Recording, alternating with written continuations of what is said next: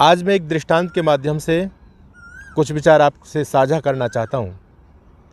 एक बार एक नगर में बाढ़ आई और बाढ़ बढ़ने लगी। लोग अपने जीवन की रक्षा के लिए सुरक्षित स्थानों की तरफ दौड़ने लगे। बहुत सारे लोग नगर छोड़ करके चले गए। बहुत सारे लोगों ने सोचा कि अगर हम ऊंचे स्थान पर छतों पर चढ़ जाएंगे तो संभवतः हमारे जीवन की रक्षा हो जाए। बहुत सारे लोग छतों पर भी चढ़ गए, लेकिन जैसे जैसे पानी बढ़ने लगा लोगों ने सोचा कि अगर छत पर रहे तो जीवन सुरक्षित नहीं है, पानी बढ़ेगा, मकान गिर सकता है। तो लोगों ने कुछ साधन लेकर के अपनी नावों के द्वारा या तैर करके अपनी छतों को छोड़ दिया और सुरक्षित स्थान पर दूर चले गए। पूरा नगर खाली हो चुका था, लेकिन जो नगर के मौलवी साहब थे वो दिखाई नहीं दे रहे थे। लोगों ने कहा, मौलवी साहब को हमने छत पर चढ़े हुए देखा है। मस्जिद की जो मीनार है, सबसे ऊंची जो गुम्बद है, उस पर मौलवी साहब बैठे हुए हैं। प्रशासन को पता चला तो प्रशासन ने अपने सेना को भेजा कि जाओ मौलवी साहब को सुरक्षित निकाल करके लाओ। प्रशासन मौलवी साहब के पास में पहुंचा और प्रशासन ने निवेदन किया, मौलवी साहब आप नीचे आ जाओ, हम आपको सुरक्षित लेकर के जाएंगे, नहीं तो पानी बढ़ रहा है, आपके जीवन के लिए खतरा है। मौलवी साहब को जब प्रशासन की बात मौलवी साहब ने सुनी तो बड़ी हैरानी हुई और मौलवी साहब कहने लगे, तुम बड़े मूर्ख हो, बड़े भोले हो, तुम्हें अकल नहीं है। तुम क्या सोचते हो कि मैं इस पानी में डूब करके मर जाऊंगा? प्रशासन ने कहा कि मौलवी साहब आप पानी में तो नहीं डूबेंगे, आप मस्जिद की मीनार पर बैठे हैं, गुम्बद पर बैठे हैं, लेकिन ये मस्जिद गिरेगी क्योंकि पानी बढ़ रहा है। जैसे ही मस्जिद की नींव में पानी जाएगा तो मस्जिद गिर जाएगी और आपकी मृत्यु संभव है। मौलवी ने फिर उनकी तरफ देखा और कहने लगा, भाई कमाल कर रहे हो, तुम लोग भी कमाल की बात करते हो। अरे मैं अल्लाह की 5-5 बार दिन में नमाज अदा करता हूँ, 5-5 बार। क्या अल्लाह मुझे पानी में डुबो करके मारेगा? तुम में इतनी तमीज़ नहीं है, इतनी अकल नहीं है? प्रशासन के लोग वापस लौट गए अपनी नावों को लेकर के। प्रशासन के लोगों ने अपने बड़े अधिकारी को बोला तो अधिकारी ने कहा कि नहीं, उनको तो लेके आना पड़ेगा आपको। अंधकार भी बढ़ने लगा था, धीरे धीरे संध्या होने लगी, पानी भी बढ़ रहा था। प्रशासन को चिंता थी कि मौलवी साहब को लाया जाए, नहीं तो कोई अनर्थ हो सकता है।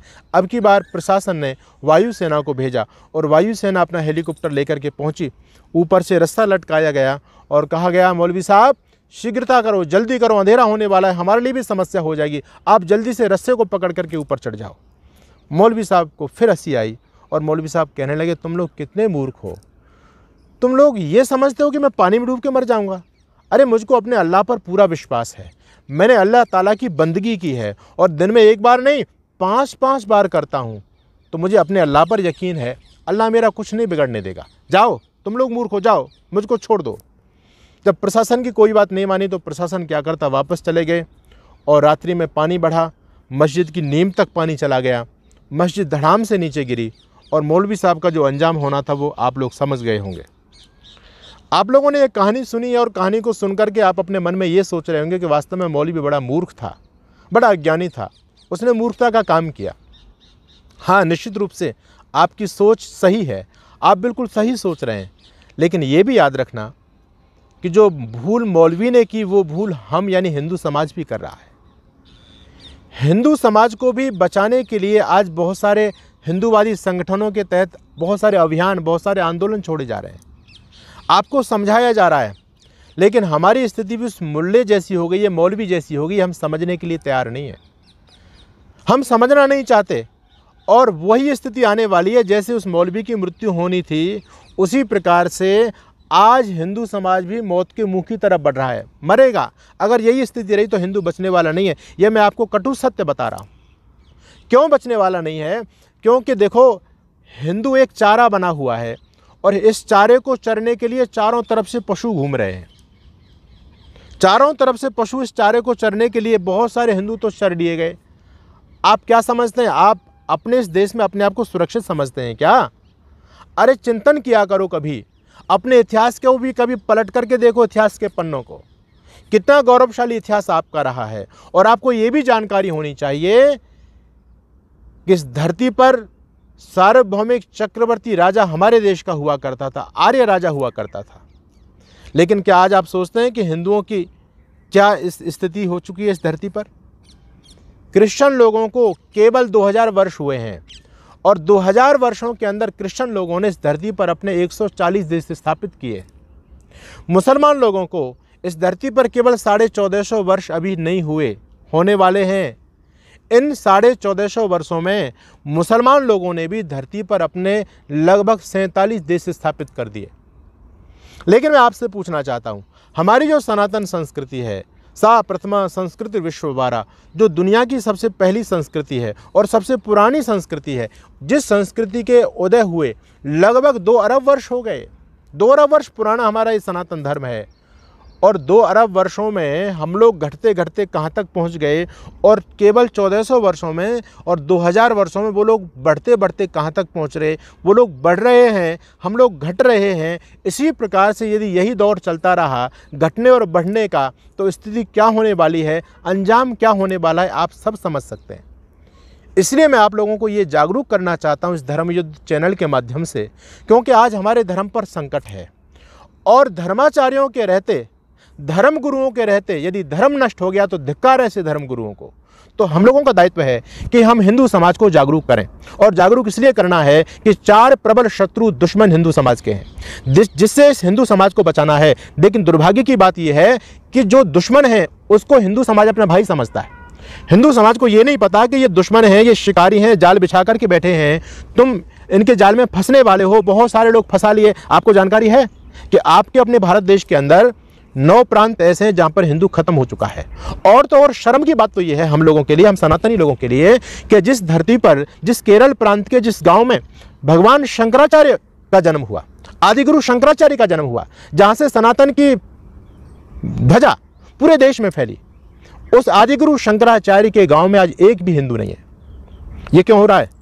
आप लोग कभी चिंतन करते हो? वो लोग बहुत इत्मीनान के साथ में बहुत सारी योजनाओं को लेकर के कन्वर्ट करने में लगे हुए हैं। और किसको कन्वर्ट कर रहे हैं? हिंदू को कन्वर्ट कर रहे हैं। कोई हिंदू यदि विधर्मी बनता है, क्रिश्चियन बनता है, मुसलमान बनता है, हम लोग इसको गंभीरता से नहीं लेते। हम लोग समझते हैं कि अभी हमारी बहुत ज़्यादा संख्या है, वो हमारा कुछ नहीं बिगाड़ने वाले, 2-4 यदि चली भी गई तो क्या फ़र्क पड़ने वाला है। लेकिन ये आपकी भूल है। याद रखना, अगर आपका कोई सनातनी विधर्मी बनकर के अपने मत को परिवर्तित करता है तो आप लोग ये मत समझो कि हमारा एक भाई कम हो गया, बल्कि ये समझो कि हमारा एक दुश्मन खड़ा हो गया। और इन दुश्मनों की संख्या इतनी तेज़ी से बढ़ रही है। मैं आपको बताना चाहता हूँ कि अभी कोरोना काल में, इस कोरोना काल में लगभग इस 2.5 महीने के समय में आपको जानकारी होनी चाहिए, क्रिश्चियन मिशनरी ने 1 लाख से अधिक लोगों को कन्वर्ट कर दिया। ये सरकारी आंकड़े हैं। केवल 2-2.5 महीने में 1 लाख से अधिक लोगों को कन्वर्ट कर दिया गया है। आप सोचिए यदि इसी प्रकार से उनका काम चलता रहा तो क्या हिंदू बच पाएगा? आपको क्या आसार लगता है? दूसरी तरफ पिछले 25 सालों में जितने चर्च नहीं बन पाए, ये रिकॉर्ड मैं आपको बता रहा हूँ, पिछले 25 सालों में वार्षिक आधार पर जितने चर्च नहीं बन पाए, उतने चर्च कोरोना काल में केवल 1 साल में बन गए। हम कोरोना काल में अपने घर में बैठे हुए हैं, डरे हुए, सहमे हुए। मैं सावधानी का मना नहीं करता, सावधानी रखनी है क्योंकि महामारी चल रही है। लेकिन इतनी सावधानी भी क्या है, आपकी धर्म और संस्कृति नष्ट हो जाए। कम से कम घर से निकल करके तो देखो, हम लोग अपने घरों में बंद हैं और विधर्मी लोग इतना बड़ा अभियान चला रहे हैं कि उन्होंने लाखों हमारे हिंदू भाइयों को कन्वर्ट कर दिया। और केवल इतना ही नहीं है, महाराष्ट्र के मंदिरों की स्थिति मैं आपको बताऊं, आपको ताज्जुब होगा। कोरोना काल में हिंदू अपने घर में बंद रहा है, लेकिन उन जिहादी लोगों ने अपने अभियान को और तेजी से चलाया है। और उसका परिणाम मैं आपको बता दूं, महाराष्ट्र के अंदर लगभग 25 से 30 मंदिरों का, जो हिंदू मंदिर थे, उन मंदिरों पर मुसलमान लोगों का कब्जा हुआ। और जिन मंदिरों में कभी भगवा पताका फहरा करती थी, उन मंदिरों पर हरा झंडा फहर रहा है। जिन मंदिरों की प्राचीर कभी भगवा रंग से रंगी हुई होती थी, जहाँ पर वेद के मंत्र लिखे होते थे, गीता के श्लोक लिखे हुए होते थे, उन पर सब पर भगवा हरा रंग फेर दिया गया है। और ये भी इस कोरोना काल में हुआ है। पहाड़ों पर मंदिर थे, हिंदू लोग गए नहीं, मुसलमान लोगों ने, जिहादी लोगों ने, मतंद लोगों ने हिंदुओं की इस कमजोरी का लाभ उठाया और इतने सारे मंदिरों पर कब्जा कर लिया। उन मंदिरों के अंदर जो भी मूर्तियाँ थीं, जो भी हमारे आराध्य थे, उनको पता नहीं कहाँ गायब कर दिया। सुनवाई सरकार भी नहीं कर रही, क्योंकि सरकार में उनकी बहुलता है, सरकार को उनकी आवश्यकता है। तो महाराष्ट्र की स्थिति बता रहा हूं, बाकी ऐसी स्थिति हर जगह हो रही है। बिहार में देखो दंगा हुआ है। तो स्थिति इतनी भयानक होती चली जा रही है। हम लोगों को जागरूक होना है। पहला शत्रु हमारा इस्लाम है, वो हमारे सामने प्रकट रूप से युद्ध करता है, जिससे हम कुछ सावधान भी हैं और आपको सावधान भी कर रहे हैं। दूसरा शत्रु क्रिश्चियनिटी है, वो भी बहुत बड़े स्तर पर काम कर रहे हैं। मुसलमान लोग भी बहुत बड़े स्तर पर काम कर रहे हैं। आप लोगों ने देखा हरियाणा के अंदर एक मेवात जिला है, और उस मेवात जिला के अंदर पिछले 19 सालों में 50 गांव हिंदू विहीन हो चुके हैं। आप देखो, मतलब 50 गांव से हिंदू खत्म हो गया। बंगाल में देख लो, दिल्ली में देख लो, और आप अर्थला गाजियाबाद में देख लो, पश्चिमी उत्तर प्रदेश में देख लो, तो इतनी स्थिति भयानक होती चली जा रही है। हिंदू चिंतन नहीं कर रहा, हिंदू को केवल पैसा चाहिए। हिंदू तो केवल अपना अर्थ का दास हो चुका है, उसको अपने की चिंता है, अपने बेटों की चिंता है, अच्छी कोठी बनाता है, अच्छी गाड़ी खरीदता है, इससे ज़्यादा हिंदू सोचता नहीं है। हिंदू के चिंतन से राष्ट्र धर्म संस्कृति गायब हो चुकी है। हिंदू के चिंतन से हिंदुत्व समाप्त हो चुका है। वो केवल अर्थ का दास बना हुआ है। वो ज़्यादा सोचता है तो पैसे के लिए सोचता है, और ज़्यादा सोचता है, ज़्यादा भी यदि उसके मन में उदात्त भाव भी पैदा हो गए तो अपनी जाति के लिए सोच सकता है। बस हिंदू तो अपनी जाति के लिए काम करता है, अपने लिए काम करता है, राष्ट्र के लिए, धर्म के लिए, संस्कृति के लिए काम नहीं करता। यही मूर्खता एक दिन हिंदुओं के पतन का कारण आज बन रही है, और हिंदुओं का पतन एक दिन होना है, यह निश्चित है अगर यही स्थिति होती रही। इसलिए आज जागरूक होने की आवश्यकता है। विदेशी विधर्मी शक्तियां बड़े इत्मीनान के साथ में बड़े योजनाबद्ध तरीके से काम कर रही हैं। उन्होंने कन्वर्ट कर दिया। केवल एक भारत देश आपका बचा है जहां पर हिंदू है, और इस भारत देश की स्थिति मैं आपके सामने बताऊं तो ऐसी हालात हो गई हैं। बंगाल से हिंदू भाग रहा है, कश्मीर से हिंदू भगा, दिल्ली से हिंदू भगा, पश्चिमी उत्तर प्रदेश से हिंदू भगा। तो आप ये सोचिए, आप कब तक भगते रहेंगे और कहां तक भगते रहेंगे? भाई ये बीमारी, ये खतरनाक तो हर जगह फैलती चली जा रही है। आप भगोगे कहां तक? और मान लीजिए इस पूरे देश में ये कांटे फैल गए तो क्या इस देश को छोड़ करके किसी दूसरे देश में आप जा पाओगे? कोई देश आपको शरण दे सकता है? तो आज भागने की आवश्यकता नहीं है, आज संघर्ष की आवश्यकता है, आज सचेत होने की आवश्यकता है। और सचेत इसलिए होना है, अगर आप सावधान नहीं हुए तो मैं आपको चेतावनी दे रहा हूं, हिंदुत्व समाप्त हो जाएगा। और ये स्थिति हमारी होती भी चली जा रही है, दिन प्रतिदिन हमारी दयनीय स्थिति हो रही है। आगे आप सोचेंगे हिंदुओं का एक ही बच्चा हो रहा है। अब आप सोचो, इन विधर्मियों से लड़ोगे कैसे भाई? आप सोचो आपकी संस्कृति कैसे बचेगी? आप एक बच्चा पैदा करते हैं, उस बच्चे को आप नौकरी की चिंता करते हैं, आप उसको नौकर बनाएंगे या किसी को बाबा भी धर्म के प्रचार के लिए भी छोड़ोगे, तो आपका धर्म तो डूबना है। क्योंकि जब कोई सन्यासी नहीं बनेगा, सन्यास की परंपरा ही खत्म हो जाएगी, तो धर्म संस्कृति बचेगी कैसे? तो एक बच्चा तुम पर पैदा होता है, वो बच्चा सन्यासी बनने वाला नहीं है, तो संस्कृति तो तुम्हारी नष्ट होने वाली है। दूसरी तरफ जब तुम्हारा एक बच्चा है, दूसरे के 15 बच्चे हैं, तो आप ये सोचो वो 15 बच्चों से संघर्ष कैसे कर पाएगा? आपको ये चिंता है कि हम एक बच्चा पैदा करेंगे तो उसको अच्छा अधिकारी बना देंगे, और यदि ज़्यादा बच्चे पैदा कर लिए तो उनका लालन पालन कैसे होगा? ये आपकी मूर्खता है। जब भी कोई व्यक्ति आता है, जन्म लेता है, तो अपना प्रारब्ध साथ लेकर के आता है। और मुझे ये बताओ कि आप तो एक व्यक्ति के भरण पोषण के लिए चिंता करते हो, एक बच्चे के लिए। मुसलमान लोग 15-15, 20-20, 27-27 बच्चे पैदा करते हैं, उनको ये चिंता नहीं होती? मैंने आंखों से देखा है, कानों से सुना है। और क्या सुना है आपको भी मैं बताना चाहता हूँ। मुसलमान लोगों का टारगेट केवल एक है, क्रिश्चियन लोगों का टारगेट केवल एक है। उनको धन की चिंता नहीं है। वो कहते हैं ये धन तो मूर्ख लोग धन पर ज़्यादा ध्यान देते हैं, हम तो अपनी आबादी को बढ़ाएंगे। जिस दिन हमारी आबादी बढ़ गई उस दिन हिंदुस्तान पर अपना राज होगा, और जिस दिन हिंदुस्तान पर अपना राज होगा उस दिन ये हिंदू जो बैंक बैलेंस बना रहे हैं, हिंदू जो कोठियां बना रहे हैं, हिंदू जो गाड़ियां खरीदने, किसके काम आने वाली हैं? इनकी बहन बेटी किसके काम आने वाली हैं? यहाँ तक लोग कह रहे हैं, लेकिन हम लोग सोए हुए हैं, हम पर कोई चिंता नहीं, हमको कोई चिंता नहीं। आप क्या समझते हैं आज आप स्थिति में, जिस स्थिति में रह रहे हैं, क्या 15 साल बाद वही स्थिति रहने वाली है? कदापि नहीं। हालत दिन प्रतिदिन बदलते चले जा रहे हैं। तो मैं आपसे निवेदन करता हूं कि आप सावधान हो जाओ।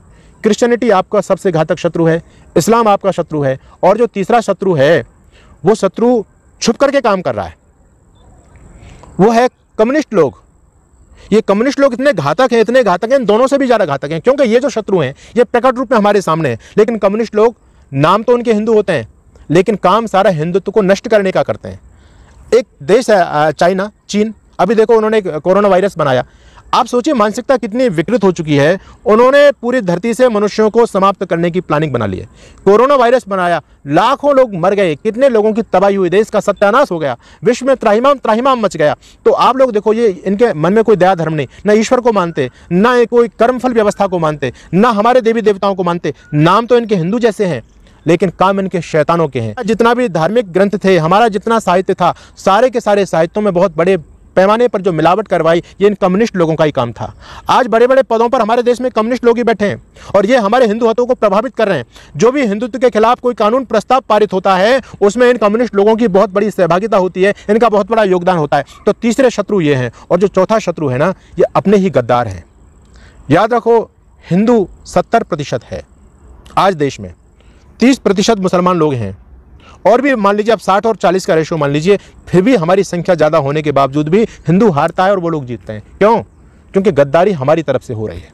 ये जो गद्दार हैं, इन गद्दारों से सावधान होना है। ये लालची लोग हैं, ये गिद्ध हैं, इनको कुर्सी प्यारी है, और ये जो सपोर्ट करते हैं, हिंदुत्व के खिलाफ सपोर्ट करते हैं। अभी गाजियाबाद में आप लोगों ने देखा है कितने बड़ा षड्यंत्र कर रहे हैं हिंदुत्व को बदनाम करने का। कौन कर रहे हैं, कौन करवा रहा है षड्यंत्र? ये राजनीतिक लोग, ये राहुल गांधी जो अपने आप को हिंदू मानता है, ये समाजवादी के लोग और बहुत सारे लोग योगी जी को जो बदनाम करना चाहते हैं, उन लोगों ने कितनी बड़ी कॉन्स्पिरेसी खेली हिंदुत्व को बदनाम करने की। तो उनको अपनी कुर्सी चाहिए, हिंदू जाए भाड़ में, उनको हिंदू से कोई मतलब नहीं। वो जानता है हिंदू तो बटा हुआ है, जातिवाद में बटा हुआ है। ये जातिवाद ऐसा रोग फैल गया हमारे हिंदू समाज में, इसने हिंदू को कहीं का नहीं छोड़ा। जातिवाद में हिंदू बटा हुआ है, उनको तो वोट बैंक वहाँ का लेना है, तो वो सारी की सारी पैरवी करेंगे, उन लोगों को करेंगे, आपकी क्यों करेंगे? तो आज आवश्यकता संगठित होने की। अपने जो गद्दार लोग हैं, जो कहते हैं कि सारे धर्म समान होते हैं, जो कहते हैं कि सबसे प्रेम से रहना चाहिए, जो लोग इस बात को कहते हैं, जो धर्मनिरपेक्षता की बात करते हैं, हम लोग जो कट्टरवादी हैं, हम लोग जो धर्मगुरु अपने हिंदू समाज को जगाने का काम करते हैं, तो हम लोगों को तो वो ये कहते हैं ये समाज को दिग्भ्रमित कर रहे हैं, समाज को काटने का काम करते हैं। लेकिन वास्तव में समाज को मारने का काम वो लोग कर रहे हैं।